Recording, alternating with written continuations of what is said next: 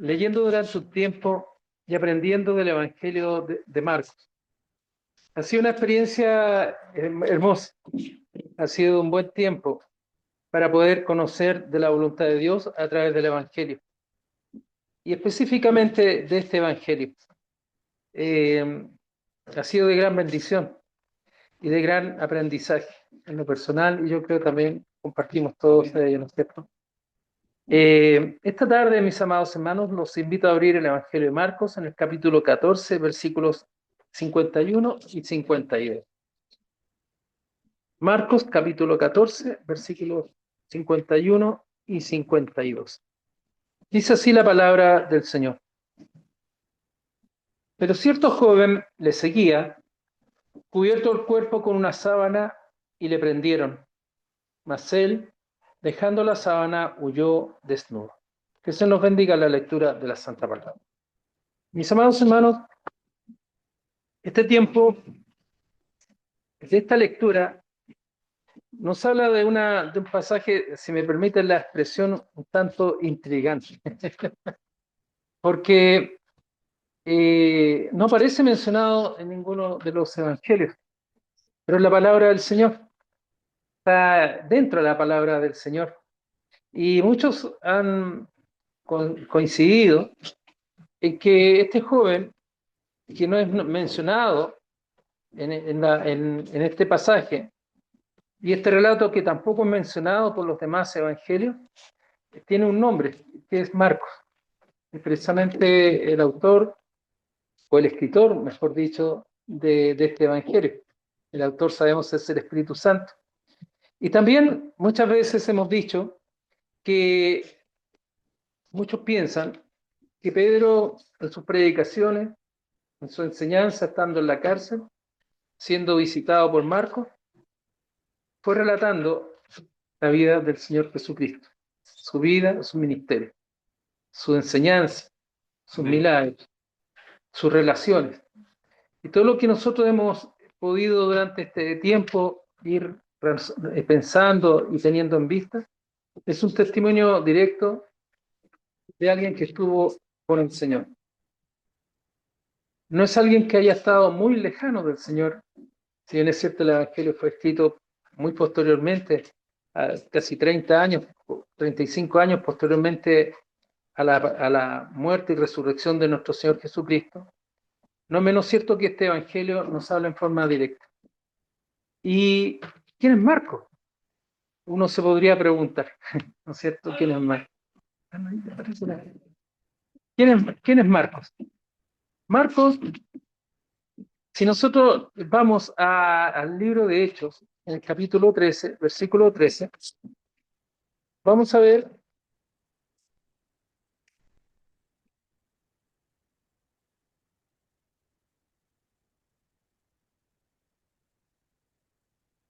Marcos 13, versículo 13, nos dirá algo sobre nuestro...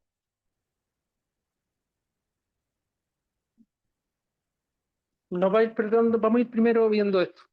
Dice el capítulo 13:2, que ministrando estos, Bernabé, Simón, el que se llama Niger, Lucio y Sirene, Manaén, el que se había criado junto a Herodes, el tetrarca, y Saulo, ministrando estos al Señor y ayunando, dijo el Espíritu Santo: apartadme a Bernabé y a Saulo para la obra que los he llamado.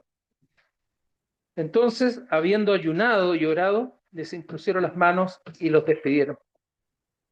En el versículo, capítulo 13, versículo 13, dice la palabra que ellos han iniciado su primer viaje, el primer viaje misionero que es relatado en la palabra. Van dispuestos a llevar el Evangelio. Ellos han ayunado y han orado. ¿Qué importancia del ayuno y de la oración? No son prácticas orientales místicas, no son prácticas muchas veces, como algunos piensan, nos muestran hoy día prácticas de salud o de prácticas saludables, sino que nos va mostrando que es una actitud y una práctica espiritual, como es la oración. Algún día, Dios mediante, vamos a hablar sobre el ayuno. Pero lo importante acá esta tarde, mis hermanos, que dice que el Señor, el Espíritu Santo, obró sobre la iglesia y apartó a Saulo y a Bernabé para la obra a los que los he llamado, para que lleven el mensaje y el evangelio a distintas iglesias. El versículo 13 dice: habiendo zarpado de Pafos, ya iniciado este viaje, Pablo y sus compañeros arribaron a Perge de Panfilia, pero Juan, apartándose de ellos, volvió a Jerusalén. Hay un Juan mencionado ahí. Retengamos esa idea. Se apartó de ellos. No quiso seguir más en este viaje para los cuales habían sido llamados. El capítulo 15, versículos 36 y siguiente del libro de Hechos, nos dirá lo siguiente. Se produce la necesidad de un segundo viaje. Los hermanos han viajado, han llevado la palabra por distintos rincones del Evangelio. Pablo y Bernabé han tenido contiendas, dificultades, han tenido momentos de mucho agradecimiento y han obrado conforme a la gracia del Señor, enseñando la palabra y anunciando el Evangelio con muchas personas. Y después de algunos días, dice Pablo a Bernabé, volvamos a visitar a los hermanos, donde en todas las ciudades en que hemos estado, en que hemos anunciado la palabra del Señor. Y lo dice con un objetivo bien claro, para saber cómo están. Nos está mostrando la necesidad de saber cómo estamos los unos a los otros, de los hermanos. La iglesia no es el edificio, no son las sillas, que somos nosotros. Pablo está diciéndole a Bernabé, volvamos, guiado por el Espíritu Santo, volvamos a donde hemos estado para visitar las iglesias, para visitar a los hermanos, para saber cómo están. Importante eso, saber cómo estamos, cómo están. Pero el versículo 37 nos coloca algo, eso es bonito lo que acabamos de leer, pero el versículo 37 nos pone una dificultad. Dice que Bernabé quería que llevase consigo a Juan, al mismo de Hechos 13:13, y le dice el que tenía por sobrenombre Marcos, Juan Marcos. Juan, sobrenombre Marcos. Pero a Pablo, dice, no le pareció bien, puso un reparo. Yo no quiero que él vaya con nosotros. No le parecía bien llevar consigo al que se había apartado de ellos desde Panfilia. Aquel mismo que dijo, yo no sigo, me vuelvo a Jerusalén. Y no había ido con ellos a la obra, no había ido a trabajar, no había ido a predicar. Pero agrega algo más grave todavía, que hubo un tal desacuerdo entre ellos, dice, que se separaron el uno del otro. Pablo tomó a Silas y Bernabé tomó a Juan Marcos. Y Marcos navegó hacia Chipre, hacia la isla de Chipre. Marcos continuó por la orilla, digamos, del continente. Y Pablo, escogiendo a Silas, salió encomendado por los hermanos a la gracia del Señor y pasó por Siria y Cilicia confirmando a las iglesias. Él se fue por la costa, Bernabé navegó hacia Chipre con Juan Marcos. Es fuerte esto, ¿no? Hay hermanos que nos producen división y a veces se produce entre los padres y los hijos. A veces los padres defendemos a un hijo y la mamá defiende que hay que castigarlo. Normalmente al revés, las mamás son más dóciles para cuidar a los hijos. Y el padre se molesta y hay conflictos entre ellos. Y puede ser que ambos tengan razón. Es difícil tener ambos razón en las cosas. Pero aquí nos está mostrando una situación bien dolorosa, que dos misioneros, guiados por el Espíritu Santo, tuvieron un conflicto. Pero ahí también está la gracia y el amor del Señor, la soberanía del Señor. Porque en algo malo, por lo que estamos leyendo en las primeras líneas, también se transformó en beneficio, porque el Evangelio fue llevado a Chipre. Pablo siguió por el continente, por la línea costera, hacia el norte, camino hacia Grecia. Bernabé y Saulo hacia Chipre, navegar. Juan Marcos. ¿Qué dije yo? Pablo. Perdón, me equivoqué. Está bien, lo hice intencionalmente, ahora es tan atento, perdón. Marcos. Entonces, hay desacuerdos y hay problemas. También en nuestras vidas también hay desacuerdos y problemas. En los matrimonios hay problemas y hay dificultades. Y ambos tienen puntos de vista distintos de algo que es bueno. ¿Cómo no va a ser bueno llevar el Evangelio? ¿Cómo no va a ser bueno ir a visitar las iglesias? Hemos dicho ver a los hermanos, es un buen propósito. Pero hay elementos que a veces nos confunden y nos contaminan nuestro entender de las cosas. ¿Cuál es el problema?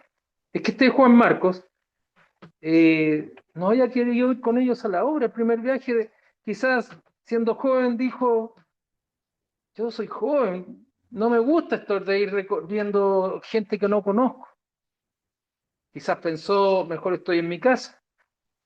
También muchas veces nos pasa eso, ¿no?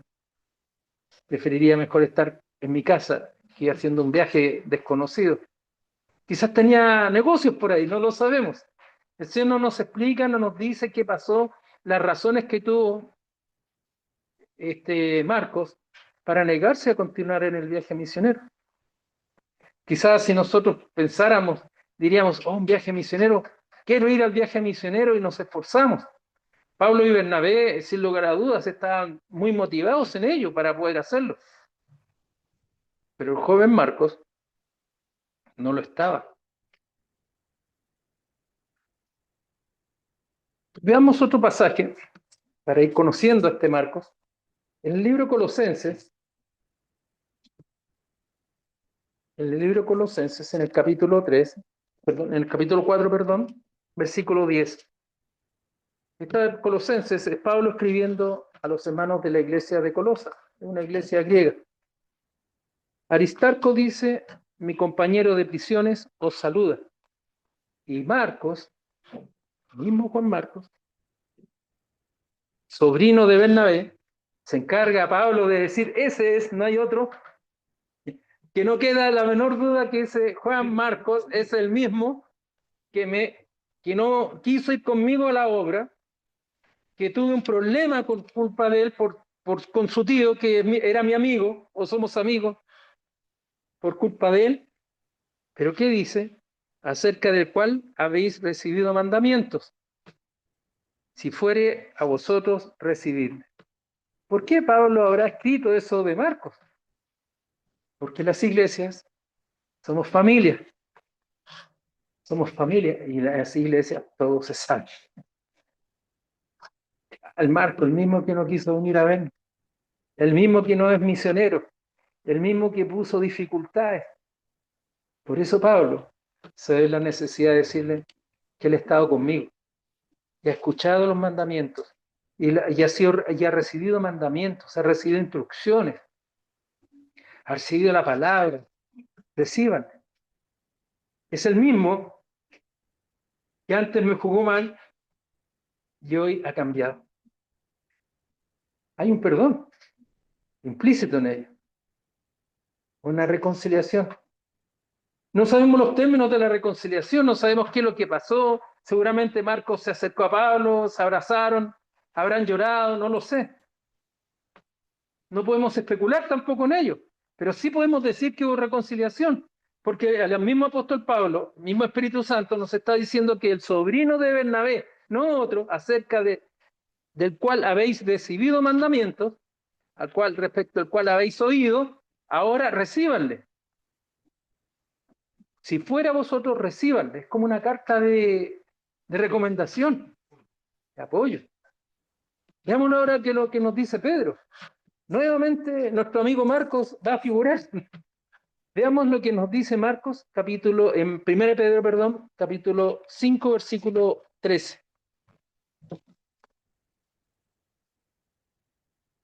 Primera Pedro 5:13. ¿Alguien que lo haya encontrado, por favor? La iglesia que está en Babilonia, elegida juntamente con vosotros y Marcos, mi hijo, os saluda. ¿Quién es este? Mi hijo.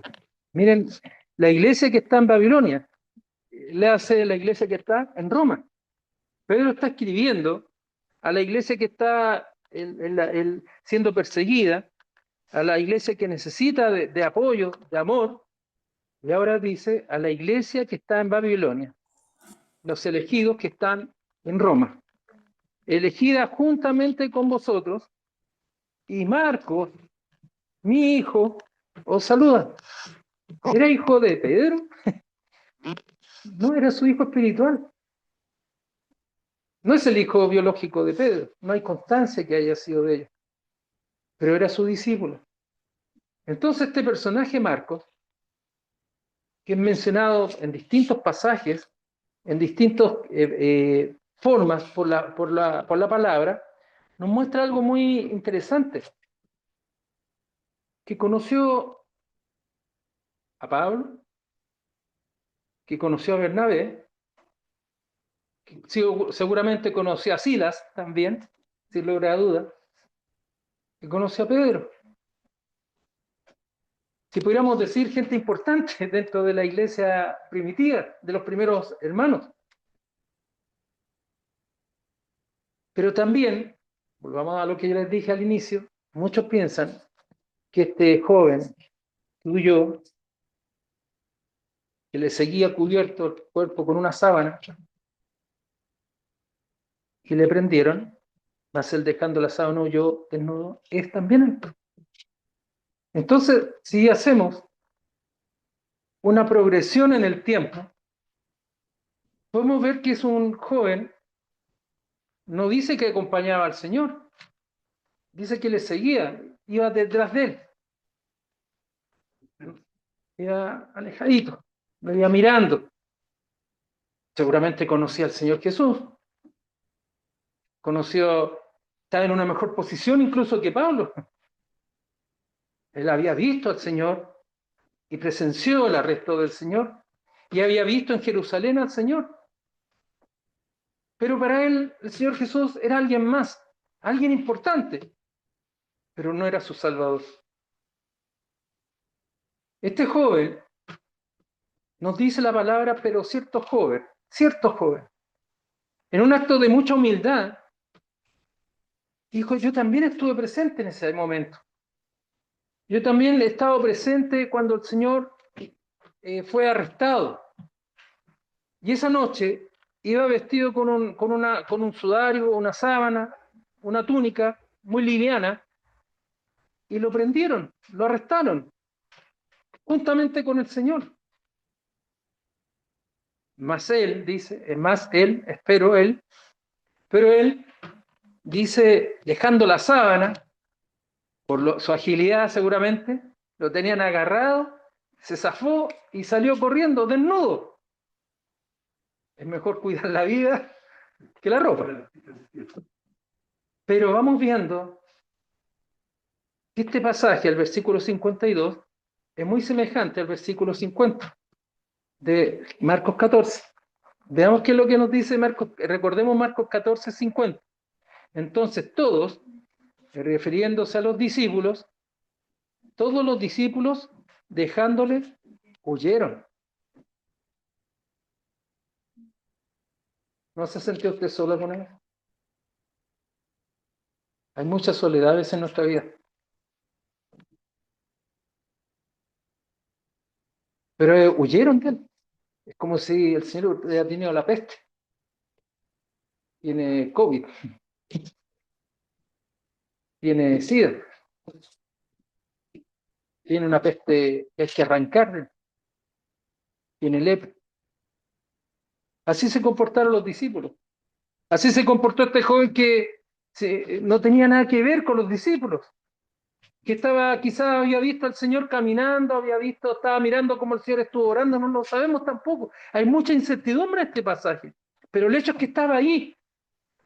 El hecho es que estaba ahí. Y en el tiempo, este mismo joven tuvo la oportunidad de acompañar a los primeros misioneros. Es tan importante el viaje misionero que la palabra, el libro de Hechos, lo recoge como un elemento importante. Los primeros viajes misioneros son los primeros guiados por el Espíritu Santo. Pero en la palabra en ningún momento, cuando leímos 13:2 del libro de Hechos, no nos dice que él también estaba, el Espíritu Santo orando sobre él. Que era una persona que tuvo acceso al Señor Jesús, vio a los discípulos, vio a Pablo, conoció a su tío Bernabé, conoció a Silas, habíamos dicho, pero antes, todo ese proceso, él habiendo visto, como decía el hermano, de lejos al Señor. Bien de lejos. Quizás estuvo a algunos metros, no lo sabemos. Pero su cercanía con el Señor era ninguna. A veces nos pasa eso, ¿no? Podemos haber estado mucho tiempo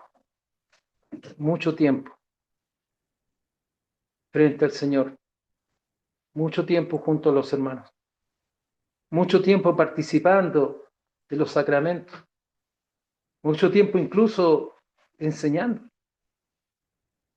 pero estamos lejos, porque nuestro corazón está lejos del Señor.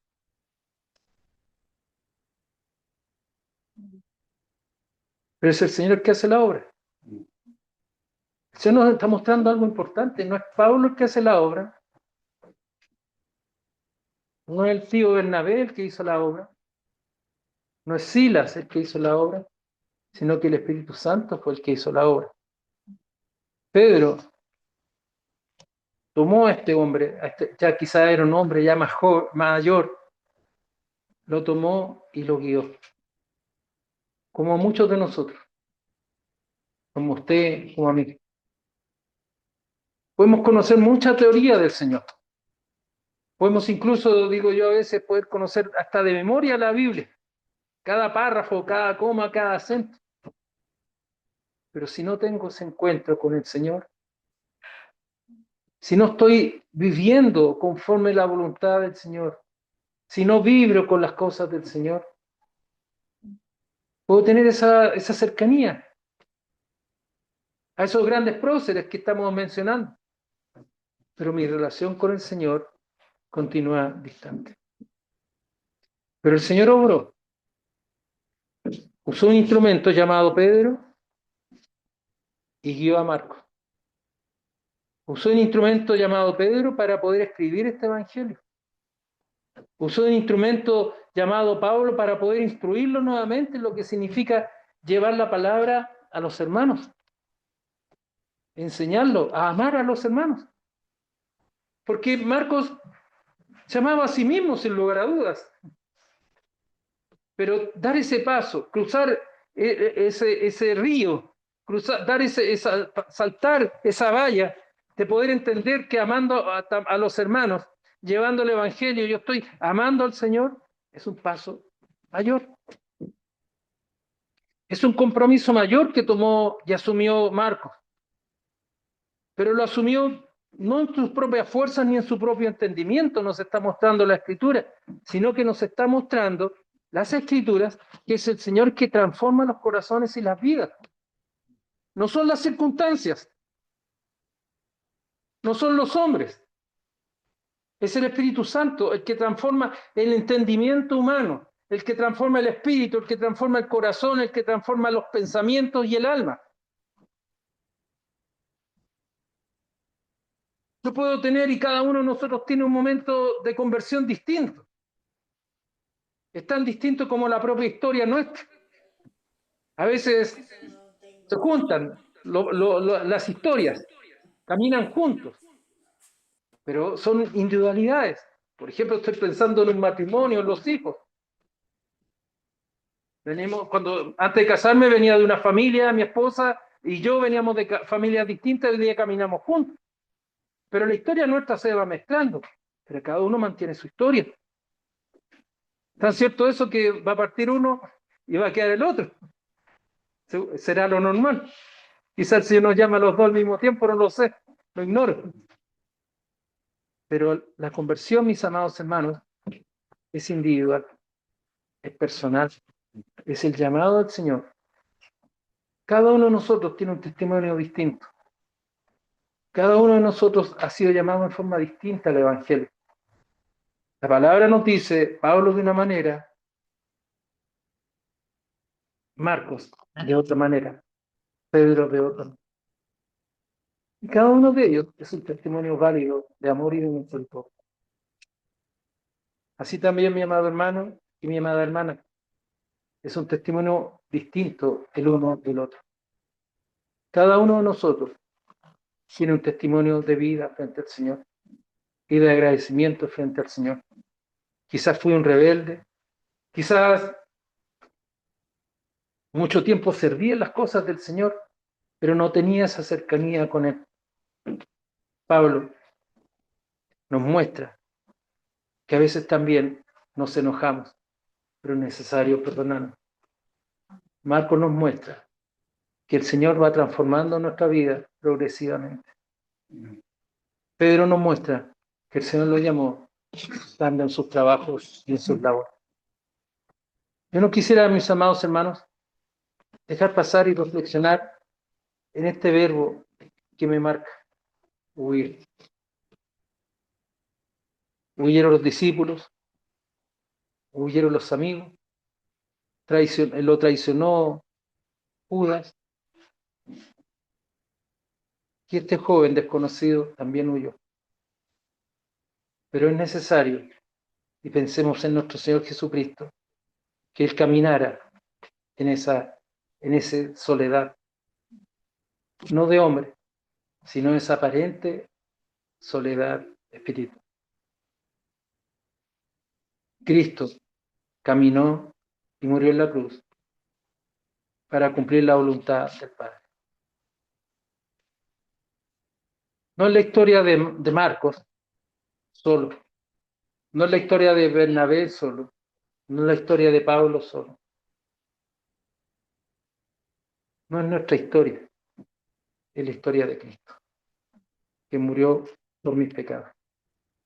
Quizás ese joven Marcos, ese día, lo único que pensó, si hubiera sido chileno, hubiera dicho, tuve suerte, me escapé, me quisieron agarrar y me salvé. Me salvé. Mas Cristo fue obrando en el corazón de ese hombre para transformarlo en el Marcos que nosotros conocemos. Un testigo del cielo. Y usted y yo somos testigos, hermano.